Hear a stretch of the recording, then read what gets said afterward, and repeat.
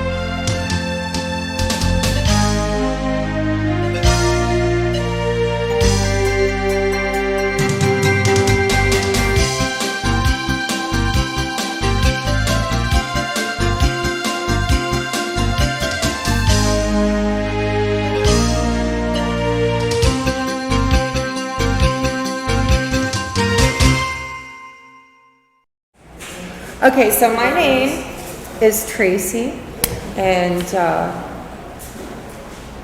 I'm a medium. I've been a medium all my life. Had no clue what it was. I had no clue what a medium was. I was that weird kid growing up that, just kind of saw things, heard things. And I was raised in a very religious family. Like rolling in the aisle, Bible thumping, religious family. And most of my life was dedicated to Christ and the church. I taught Sunday school. I'm an ordained minister. I had never met anybody like me, so I didn't know exactly what it was. But I know that in my younger days, I actually spent probably 20 years trying to pray my gift away, because I was raised believing that that's Satan trying to trick you, or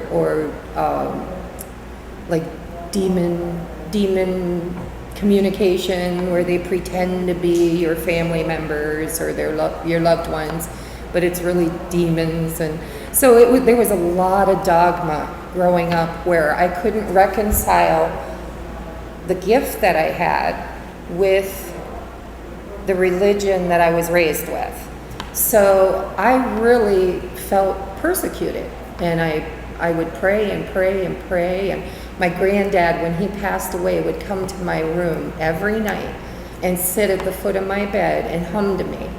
And I would tell my parents, and my parents are very, very understanding, and they never said, well, that's the devil, you shouldn't do that, or you know what I mean. They were always very understanding. But growing up, I kind of wish when we do these talks that people could bring in kids that they think are gifted, because it's really difficult for a child to have a gift that they don't understand.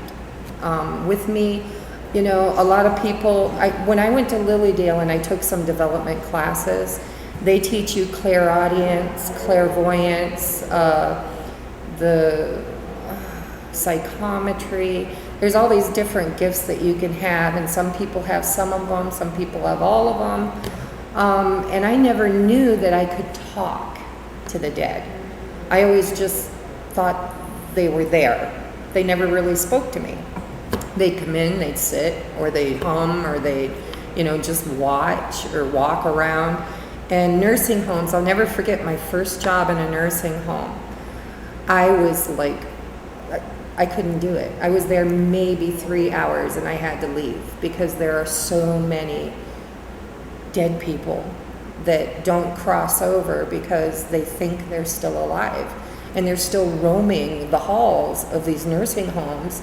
And a lot of them are looking for their spouses, because they're like, and I feel really bad because some of them die with dementia or with Alzheimer's, and they didn't have the right mind to know that they were dead. So they're still kind of existing in spirit. And I couldn't handle it, because I just, there was so much suffering, and like I could hear the deceased, saying, oh, look, someone's here. I hope they're here to see me. I really hope I get company today. And, you know, I look at them and I'm like, you're dead. You don't belong here. You belong on the other side. But like I said, if they died with dementia, they're still in spirit thinking that they're walking around alive, and, you know, they, just like they were confused when they were alive, they're confused in death. And I believe that they're able to heal from that and move on, but they need help. And there was just too much. You know, I was like maybe 19, I think, and I didn't know what I was doing, you know. I just, so when I give these speeches, I'm kind of hoping somebody in the audience has had a situation where they might think they have a gift, or, you know, do you hear the phone ring in your head and then it rings a few minutes later, or, you know, did you misplace your keys and you just see it? Like, you just like, oh, I'll bet you I left them. And it's not so much a memory, it's like you can actually see where they're laying in your head, and then you go there and you're like, man, I can't believe I laid them there. I never lay them there, you know. But for me, when I was a little kid, I was a sleepwalker, and I would have dreams, and then I would like walk in my sleep. And my mom found me one time, I'm walking, our hallway had a light switch at one end and a light switch at the other end that operated the same light. And I was like 5, 6 years old, and I'm running back and forth in the hallway, turning the lights on and off. And my mom comes out and she says, Tracie, what are you doing? And I told her, I said, isn't it beautiful, Mom? Look at the lights, aren't they beautiful? And she says, go to bed. You know how parents are. And she's like, get your butt in bed. And I told her, I said, it's a beautiful thunderstorm. It's going to be a big one, Mom. And she's like, yeah, whatever, go to bed. And she told me, this is kind of her memory more than mine, but she told me, she says, a couple hours later, I woke up to one of the biggest thunderstorms I think we had ever had. She said, and that's what you were telling me was coming, you know. So they got used over the years to my gift, and they didn't question it.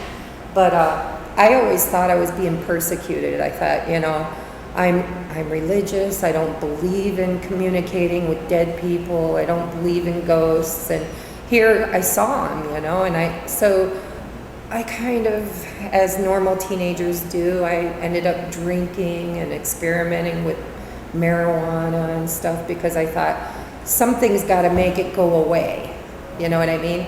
But all it ever did was make it more pronounced. So my parents was probably very glad that I was one of the few kids that would not do drugs. Because if I tried drugs, I just was like a completely open book. And I could see more, hear more, smell more, know more, and it was very overwhelming, and I just couldn't handle it. So drugs was like not even an option. Matter of fact, even now I have 3 herniated discs in my back, and the doctor wanted to put me on opioids of some sort, you know, and I was like, no, I'll deal with the pain.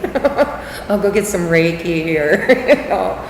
But, so do you have any instances in your life that, you know, you think you might have had a vision or a dream where it came true? Or, because I believe everybody's gifted. I don't think there are special people. I think we all are born with the innate ability to be spiritual beings.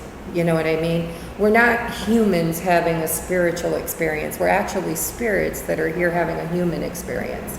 So I believe that everybody can develop these gifts if you work at it.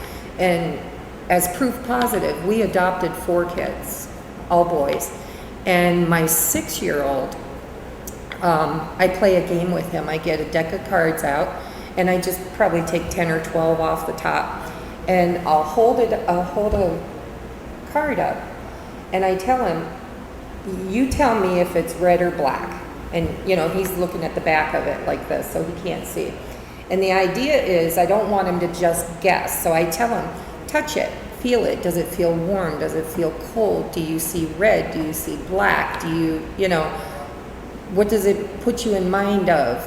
And, you know, when we first started playing the game, he'd be lucky if he got 2 or 3 right. And now, when we play the game together, he's getting almost every single one of them right. He'll say, it's a black one, it's a red one, it's a black one.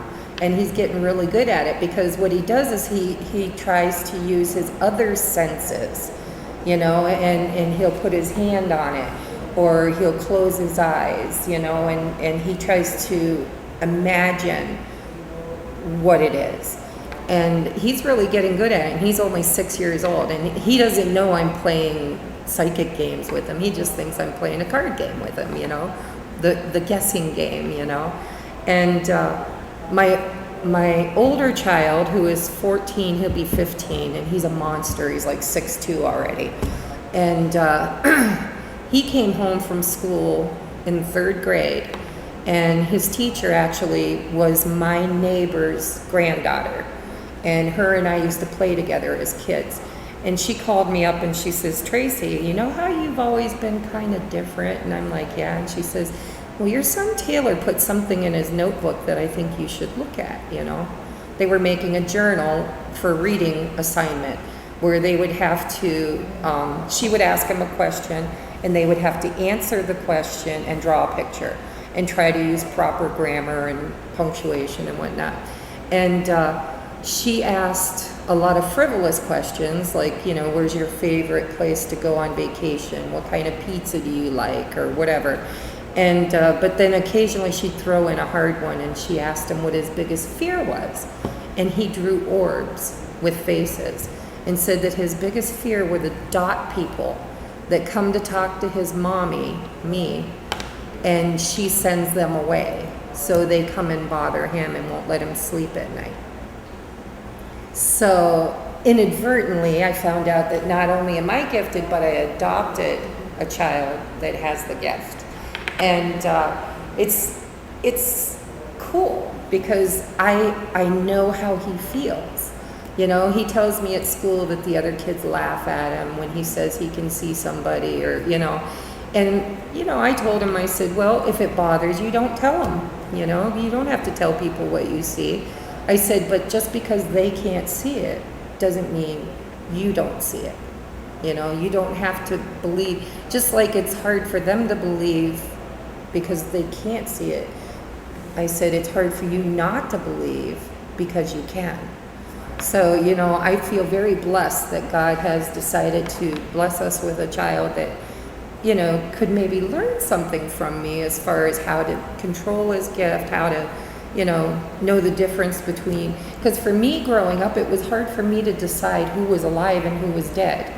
Like, I saw people sitting that other people couldn't see. And I don't really do that now. For whatever reason, I really did. I spent like 20 years trying to pray my gift away. And I kind of made an agreement with God one day. I just said, you know what? I really feel like this is a gift that you want me to help people in some way or form with, but I don't feel comfortable seeing dead people. And so, you know, I kind of prayed and asked him to let me feel, let me hear, let me smell, let me see in my mind's eye maybe what they look like or what they want, but not in the physical. I don't want to see them like they're you know what I mean? And it took a while, but I went to Lilydale, and I've gone several times and taken workshops and stuff that they offer there. And I've actually learned how to transmute the energy so that I don't have to be an open book all the time. Like, I can walk around and choose if I want to see spirit or if I don't. And, you know, most of the time it works, you know. Hospitals, nursing homes, stuff like that, all bets are off. I mean, my mom we were talking, she had the same kind of cancer that Tom had. And she was in the ICU for 34 days, and she became septic. And the doctors, every morning, they go around to each room and they do what they call their rounds. And there's like 7 of them, and they talk, you know, they've got the infectious disease doctor, they've got the nephrologist, they've got the cancer doctor, they've got all these people. And I would listen to what they were saying, And this one doctor kept telling us, you know, your mom is a very sick lady and she's probably not going to make it. You guys should try to, you know, invite people to come see her, or, you know, that might want to see her before she passes, because she was so bad. All of her organs were failing. They had her on those vasopressors that they work like tourniquets, so that you don't get any blood to your extremities, because they want all the oxygenated blood to go to your lungs and your organs. And so she ended up, her fingertips and her toes turned black. Anyhow, the psychic part of that story is that they kept coming to us, me and my dad and my sister, and saying, you know, you need to think about what you want for your wife and your mother. If she makes it through this, she's liable to be in a nursing home for the rest of her life, you know. And so they wanted to know if we wanted to put her on what they call palliative care, which is they take her off the ventilator and the kidney dialysis machine and all this other stuff, and make her comfortable until she just fades. And I got really mad because my dad was considering it, you know. He's like, I don't want her to be in a nursing home for the rest of her life. And I'm very intuitive, and I just kept hearing in my head, you need to have the doctor revisit the last CAT scan. There's something they're missing. There's something they're missing. And I kept hearing it. And I finally, you know, everybody was crying. They're all upset, and they're telling us my mom's dying. And I finally got ticked off mad, and I said, my mom is not dying. I said, she is healing from this, and you need to quit saying that and putting that out there, because it's not happening. And the doctor says, well, we just took the last CAT scan, and she's got this infection again. It was the second time she got septic. And he says, we don't know what's causing it. And I said, Spirit's telling me you have to go back and look at that CAT scan again. And so he did, and he got another doctor to look at it with him. And they found out that she had what they call a fissure or fistula, something like that in the bowels. It was leaking. They had a feeding tube that they put like directly into her stomach, and it wasn't absorbing the food. It was leaking out of the bowels into the stomach cavity, and that's what kept causing the septic shock, was the infection. And so the one day out of 34 days, me and my sister lived at the hospital. We slept on the couches and the chairs in the waiting room. Out of 34 days, I went home 3 nights was all. And the rest of the time I was sleeping at the hospital. And the one day I wasn't there, the doctor come in, and he was all excited. He's like, where's your daughter?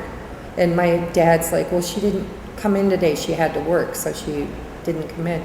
And he says, oh, I wanted to tell her that just because she told me to go back and look again at that CAT scan, we went back and we found the problem.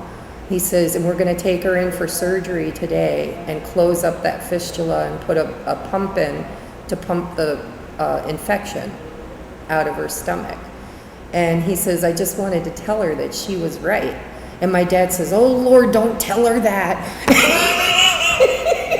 As you tell her she's right, and she'll, you know. But I knew, I kept hearing it, and I told him, I said, my mom is not dying, my mom is not dying. So I finally convinced my dad. I said, you can take her off of everything, but you need to leave her on her antibiotics, her feeding tube, and her trachea, because they had to give her a trachea. And I said, and leave it up to God and Mom. If she wants to heal, she can heal. She has the basics of life. She's got air, she's got food, and she's got antibiotics. And it's a wonderful gift to have when you have somebody sick in your life, because I knew that she was going to get well, and I just knew it. And nobody listened at first. They were all like, no, she's not going to make it, she's not going to make it. And I witnessed another miracle at the same time. It was a week for miracles at the hospital. There was a young man who had hung himself. He was very depressed, had a very tough life, and he had hung himself, and he had been dead, they believe, for a good probably 7-8 minutes before he got revived. And they told the parent, the mom, that he was going to end up being brain dead, and that he would have, if she kept him alive, he'd have to be on life support for the rest of his life, and he wouldn't ever regain consciousness. And the girl, when she found out, of course, everybody, when they find out you're a psychic medium, they want to know things, you know? And I was sitting up there, and we were going through like the same things together. They wanted her to decide whether or not to keep her son on life support, and they wanted us to decide whether or not to keep my mom on life support. So I went down with her, and I said, well, let's go down. I'd like to meet him. I said, can I meet him and touch him? Because that's how I make my connection a lot of times, is through touch. And she said, yeah. And I said, well, I'm a reverend. Let's just go down and pray, you know? Well, I went down and I prayed with her, and the whole room was filled with angels. I could see all of these angels standing around this boy. And he, in spirit, like here's his body laying in the bed, and I saw him in spirit standing with the angels. And I looked up and he smiled at me. And I grabbed his body's hand and his mom's hand, and she grabbed his other hand, and we were praying. And I asked God, I said, God, this young man is in between worlds, and we would like a miracle, and we claim it in your name, you know? And I told her, I said, he's still here. Because one of her questions was, is that just his body? Is he already gone? Because they say he's brain dead. Does that mean he's already crossed over, or he's, you know? I said, no, he's still here. I said, which is a good sign that he hasn't given up and crossed over. So we prayed, and it was funny because she couldn't see him in spirit, but I could. And he reached his hand out to shake my hand. Well, you know you can't touch a ghost, so I didn't shake his hand, but I smiled at him, right? Well, here's his body laying in the bed. It was really a cool experience, because here's him laying in the bed, and then here's him looking at me and smiling at me and offering me his hand. And so I told her, I gave her a reading, and I told her, I said, I feel really good about this. And I said, I don't want to fill you with false hope. I said, but he just needs a couple weeks. I said, before you decide to pull, because he was an organ donor, and the hospital, when you're an organ donor, they kind of want to rush things along because they don't want the organs to start failing. And then not only does the patient die, but all the people that they could have potentially saved doesn't get the organs either. So they were kind of pressuring her, you know. They're like, well, you really need to make a decision before, you know, something happens to his organs and they start failing. And I told her, I said, you tell him you want 2 weeks. 2 weeks. And in 2 weeks, if he doesn't pull through this, that, you know, you're willing to let him go and they can harvest the organs. Well, we had a family meeting the day of, and we're talking about my mom in this little room off to the side that they save for families to talk to the doctors. And this girl, Julie, the mom of this boy, and I had become very close friends. And she comes running into the room. They're talking to us about pulling the plug on mom. And she comes running into the room 10 minutes before they were going to take him off life support and harvest his organs, and he came out of his coma, smiling and laughing and waving at people. And she comes in and she's bawling with tears of joy, and she's like yelling at everybody that'll listen, it's a miracle, he's awake, he's awake. And it was just such a joyous occasion. And I looked at the doctor, I said, and I looked at my dad, I said, see, don't give up hope. I said, mom's gonna be fine. And so they did. They kept her, you know, they took her off of everything but the 3 basics you need to survive. And now she's in a hospital called Select Specialties, where they do rehabilitation to get people off the ventilator. They help her get strong enough that she can breathe on her own and get rid of the ventilator. And then because her fingers, they're kind of like, you know, when you have a baby and they cut the umbilical cord and then they like put a little thing on it and it dries up and falls off. That's what's happening to her fingers, just the tips. But they're like necrotic, and eventually they'll just fall off. So she doesn't need an amputation. The body will kind of take care of it on its own, which is good because I don't think she could have survived another surgery right now. But, you know, if there's one thing that I really like, the reason why I like teaching a class on mediumship is because I really honestly believe that anybody can do it. I really do. I mean, you just, you have to learn to meditate, and in meditation, you allow yourself to be open to more communication. And a lot of times, you know, when you meditate, you'll see something and it kind of plays out like a little movie, and you think you're making the whole thing up. And then later, it's like a deja vu moment, like something will happen and you'll be like, I dreamt that, or I had that vision when I was doing my meditation. And I've gone to Lilydale, and the lady, what is her name now? I gotta think of it. Elaine Thomas. She's the one that is the like dean or head person for their college. Lilydale doesn't like to have mediums read at their place unless they're Lilydale registered mediums. So they make you kind of go to a college thing. It's kind of like a year's training, and they want to make sure you're really gifted and you're not just blowing smoke, you know. They call it evidential mediumship, where you can't just be vague. You have to be very specific about what you're seeing and who you're speaking to, and there has to be like evidence to back it up. And so I took what they called a beginner's mediumship development class, and I did so well at it. And they had me doing things I had never done before. I didn't even know I was capable of doing it. Like psychometry, I didn't know what psychometry was.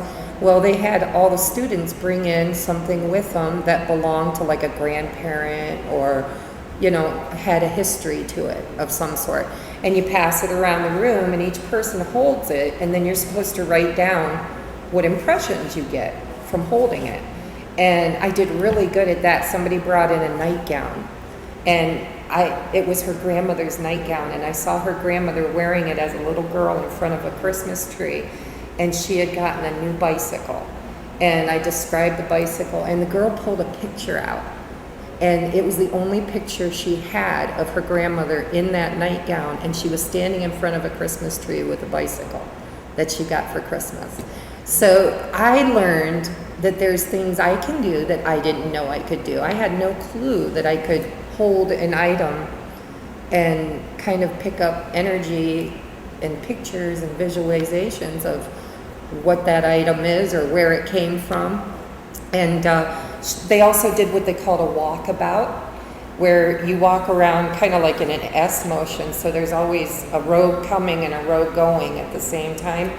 And it's like musical chairs. You'd shut the music off, and whoever's standing in front of you, and these are all strangers, mostly, I mean, unless you brought a friend with you to the class or something, and you have to give them a cold reading. You just stand in front of them and tell them whatever comes to mind about them. And it was creepy because this guy stopped in front of me, and in my mind, I saw him shooting somebody. I'm like, I'm not going to say that out loud, you know? And I said, well, so I kind of twisted it a little bit. I said, I see you with a gun. Are you a hunter?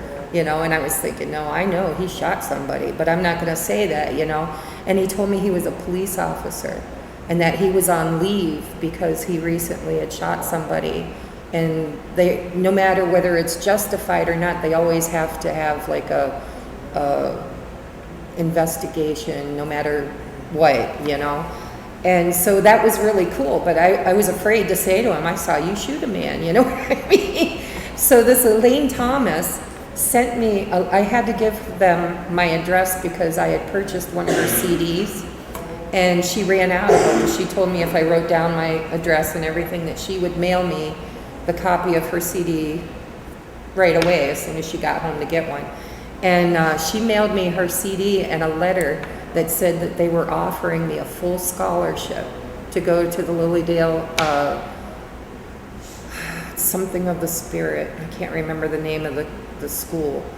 But just at that time, we had just adopted a baby boy, and he was born with something called Polycythemia, which is where the bone marrow does not know how to produce the white blood cells. So the babies are born like bright fire engine red, and it's curable. The only thing they have to do is they give them as many blood transfusions as it takes to kind of teach their bone marrow how to produce the blood. And I don't know how that happens, but all they do is give them blood transfusions until the body kind of gets it and understands that this is the way the blood's supposed to be, so we need to make it this way, you know. And so we were going back and forth to Rainbows and Babies in Cleveland almost 2 or 3 times a week. So I had to turn him down. I said, I'm sorry, but I can't do it. And now he's 6 years old, and all I keep thinking is, this summer I'm going to go and take a class that she's teaching and see if she offers again. You know, but I really enjoy talking about the whole journey as being a medium, because it's a hard journey. And if you're ever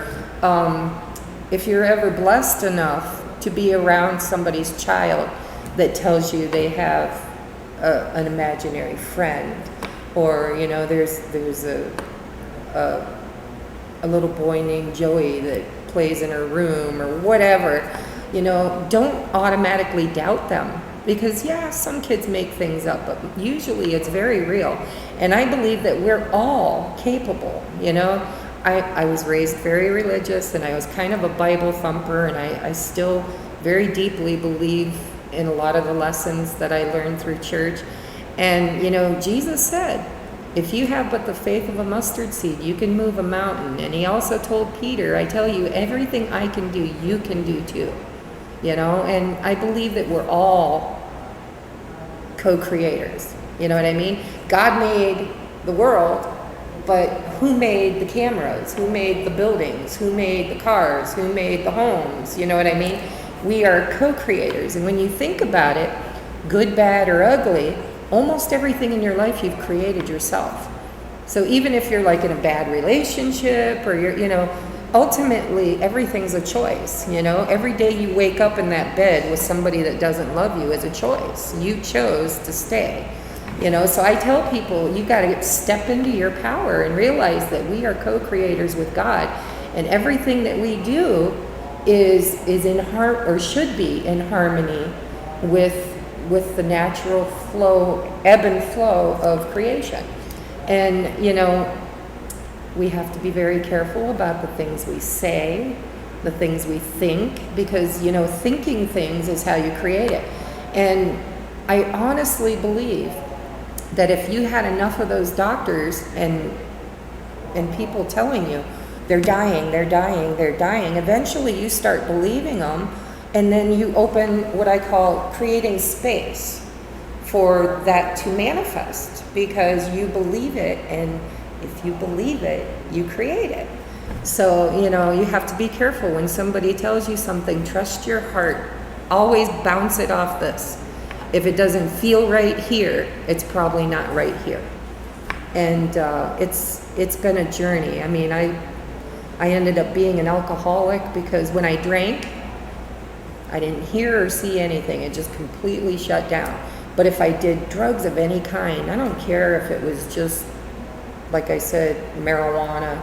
You know, the only 3 things I ever tried. I tried mushrooms as a teenager. And like I said, that just like opened me up so much that I didn't like it. I was like, no, I prefer to be in this world right now, not that one.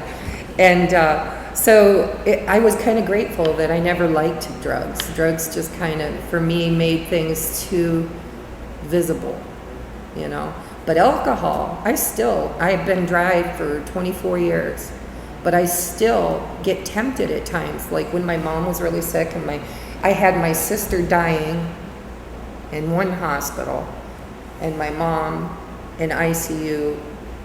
They were saying she was going to die in another hospital at the same exact time in 2 different states.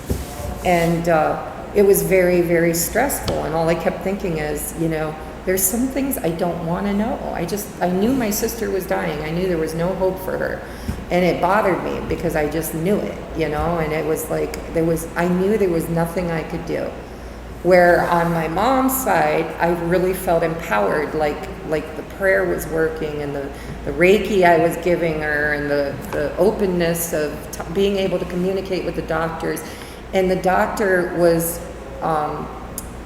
it's called St. Vincents Hospital, so it's a Christian faith hospital to begin with, and the doctor's a Christian. And I told him, I said, I'm telling you, my mom's not dying. You need to go back and look again. You'll find what's wrong if you look again, and then she'll heal. And so he went back and looked again and found it. So there are times when the gift really comes in handy. And then there's times when I just would like to have a drink and just shut it all down, you know. But it's much easier as an adult to shut it off than as a kid. As a kid, you're so close, it's like you were just in heaven or spirit world or whatever you want to call it. When you're born, that's where you come from. So you're still very close and very connected to that spirit world. And as you're growing, how many people have seen babies laugh at the corner? Like they'll just look up and ha ha ha ha, laugh and giggle, and you're like, what the hell are they looking at, you know? And that's because they just came from there. So they can see all that, you know. They're still, it's like they've got one foot in this world and one foot in that world still. So as a child, you're very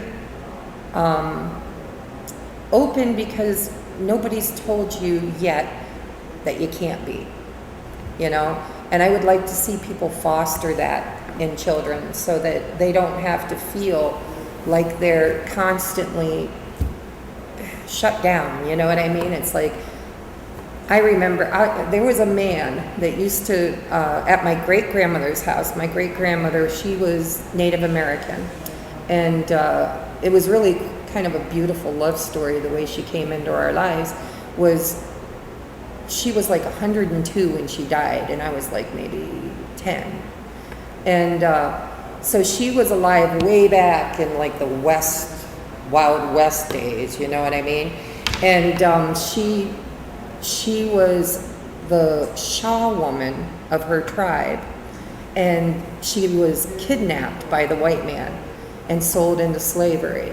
And my great-grandfather, who was an Irish Protestant minister, went to something, I don't even remember now what the story said, but there was a man that owned my grandmother, and he was betting her in a game of poker.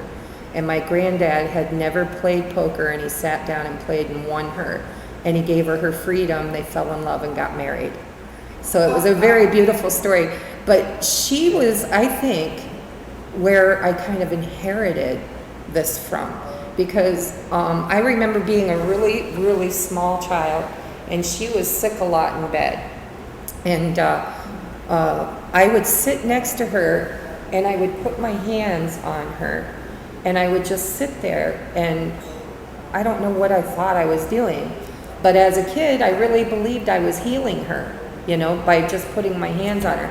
And it wasn't until years later that I learned about Reiki, and I thought, shit, I've been doing that for years. Because I did it for my grandmother, and I would do it every time our cat had kittens. She would not have her kittens, and she was like the town cat. She had kittens like every 3 months. And she would not give birth to those kittens without me or my older sister in the room with her. And so I would sit there, and I would just put my hands on her tummy the whole time, and she would give birth to her babies. And so she got kind of spoiled with that. And if we weren't upstairs when it was time, because she always liked to have them in my mom's closet, and if we weren't up there with her, she would come down. And like at one time we were having breakfast, and she went under the table at my feet and was going to give birth to her kittens right under the table because I was downstairs.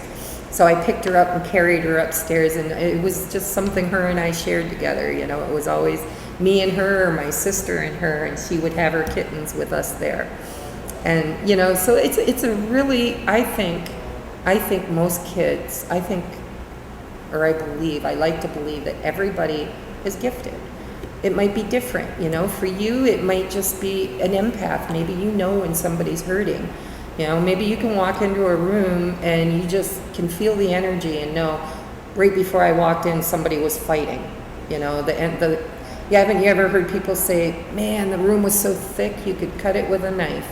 You know, well that's empathy. You know, you can feel other people's energy. And, you know, I'm very empathic. I'm actually like a sponge. And, you know, the Kirlian photography, they don't use it much anymore. They've got all this digital stuff. But years ago, they used to do what they called aura photography. And they used a camera that was called Kirlian photography. This guy developed it, where you could actually capture the colors and energy around a person. And I was, Sherry Lynn, she sells the discs out there. I was doing readings in her store at the time. And they had this vendor there that was doing the aura photography. And all he was doing was like getting his camera and stuff ready, you know, and he was like taking pictures around the room, trying to get it set up just so and whatnot.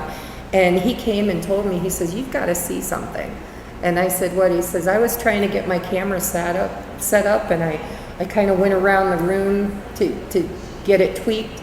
And he says, "I caught this, and I was giving a reading to this woman, and you could see on his film where my aura went up and over top of the other person and encompassed the two of us together in one big bubble of color while I was reading them." And I said, "That's really cool, because you think about it, I don't know any more than you do how I do what I do. It makes no sense to me either, you know, like somebody will say, 'Well, how do you know?' And I'm like, I don't know, I just know." And boy, you know, I've been around long enough to know that if I know, I know. You know, you better listen to me because I know. And but it was really cool, because that gave me a theory. I'm like, well, if we're energetic beings, which, you know, macrobiology has proven that we all are basic, made up of the same basic electronic structures, you know, we're literally walking energy. And so you figure if we're energy, and energy is vibrational, then if I'm stretching my aura up over other people, then it's like we become one. So it's just a theory, but if you can actually become one with somebody else's energy, you feel what they feel, you see what they see, you kind of know what they know, you know? So when I give a reading to somebody, I might say to them, like I had a woman once that, you know, came and sat at my table, and she told me, "I don't want a card reading. All I want to know is why every time I get in a relationship, it never lasts." And I was like, you know? So I prayed with her. I always pray with everybody, because that's how I get to touch them without being abrupt or saying, "Hey," you know. So I take their hands and I say a prayer with them. And I heard in my head, and I don't know where this comes from. I joke with my dad. I'm like, it could be aliens, it could be God, it could be an angel. I don't really know. I just hear things in my head, and I've learned to trust that. You know, when I hear something that's not my own thoughts, then it came from somewhere else. And I said to this girl, I said, "Well, I'm supposed to talk to you about Kevin." And she started bawling, and she's like, "Where'd you get that name? How did you know that name?" And she became really suspicious, like she thought I had been following her around or something. And I told her, I said, "I don't know, but you wanted to know about your relationships, and I heard in my head that we're supposed to talk about Kevin." And we'll come to find out, Kevin was a gentleman, and these aren't real names, I'm just making it up, the real names I wouldn't say, but Kevin was a gentleman that was her stepfather that had molested her from like 3 years old to 12, when her mom finally found out and divorced him. And I was like, well, duh, it doesn't take a psychiatrist to tell you that you have a healing you need to do with what happened to you in order to be able to trust a man enough to have a good relationship, you know? So those are the kind of, like, I don't tell people, I'm not what I call a futuristic reader. I don't tell you who you're going to marry, how many kids you're going to have, that kind of stuff. Not that I couldn't, but I don't feel that that's important. I usually pray with a person and I ask God to give me what they need for a healing. Go to that dark place inside that hasn't seen the light of day in years, and let's heal that. Let's bring that out into the open and find a way to get past it. So a lot of my readings are pretty personal, and people will come to me and say, well, I brought my mom and I brought my, can they sit in? And I'm like, that's between you and them, but I have to tell you, sometimes some really personal issues come up, because that's what I do. I consider myself a healer. I help people. I'm not a healer, God's the healer, but I help to facilitate that healing by knowing where the ouchie is, So it's kind of hard when somebody shows up with like 2 or 3 different people and they're like, you mind if they sit in? I'm like, well, do you want them to know all your deepest, darkest secrets? Is there anything going on that you just would not want anybody to know about besides you? Because sometimes you got to think about that. And also other people's people can come through. Like if you 2 came to my booth and said, I'm going to get a reading and she's next, but she can sit here if she wants to and wait, Maybe she can't hear what we're talking about, but her grandmother can certainly come and say, hey, let's talk about... Can her presence interfere with my reading? Yes. Yeah. Only, usually if I can feel that that person is with her and not with you, I communicate in my head with them and I'll say, well, she's next. Can you please be polite until I'm done with this reading? And then, most spirits will be very polite. They'll wait until their turn, But at my parents' church, which is where I was ordained and where I taught Sunday school, sat on sessions and all this other stuff, it was really kind of weird because we had every morning, is it time yet? We had every morning, on Sunday morning, we had what you called the morning greeting. And it's a very small little church, and everybody would walk around and shake each other's hands or hugs and say, good morning, Christ be with you and with you, or whatever they felt like saying. And it was so weird because there was always one person who had a spirit with them. And every single time, the spirit kept saying to me, her husband is abusing her. She needs someone to talk to. But how do you approach somebody and say, hey, I know we're in church, and I know your husband's sitting right there, and I'm sure he's tithing and doing all the right things, but the spirit is telling me that he is being mean to you and that you need some counseling about this, And I couldn't.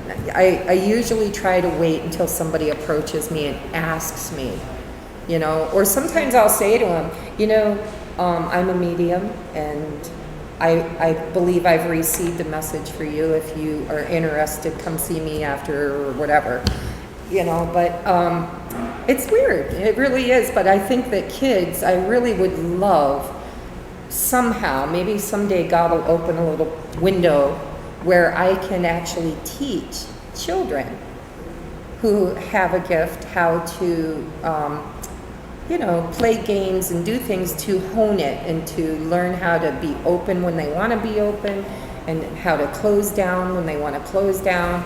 Because you don't want to know I don't know if you've ever seen that Tracie Pacudo or something is her name, the Long Island medium. She just gives readings anywhere to anybody at any time. And to me, that's an invasion of privacy. It really is, Because when you put somebody on the spot, what are they going to say? No, shut up. You know what I mean? Of course, if I walk up and say your grandmother wants to tell you something, are you going to tell me no? But you might be in a restaurant or someplace where you don't want people knowing your business that went on with grandma, or you know what I mean? So I don't know. I don't like the Long Island medium style of mediumship because it's kind of like the Walmart of mediumship. You just kind of give it to everybody at a really good price. Okay, well, thank you for coming. They're getting ready for the next class, and I appreciate you listening to me prattle on, and I hope you learned something from me. I'm over in the corner if you'd like to come get a reading.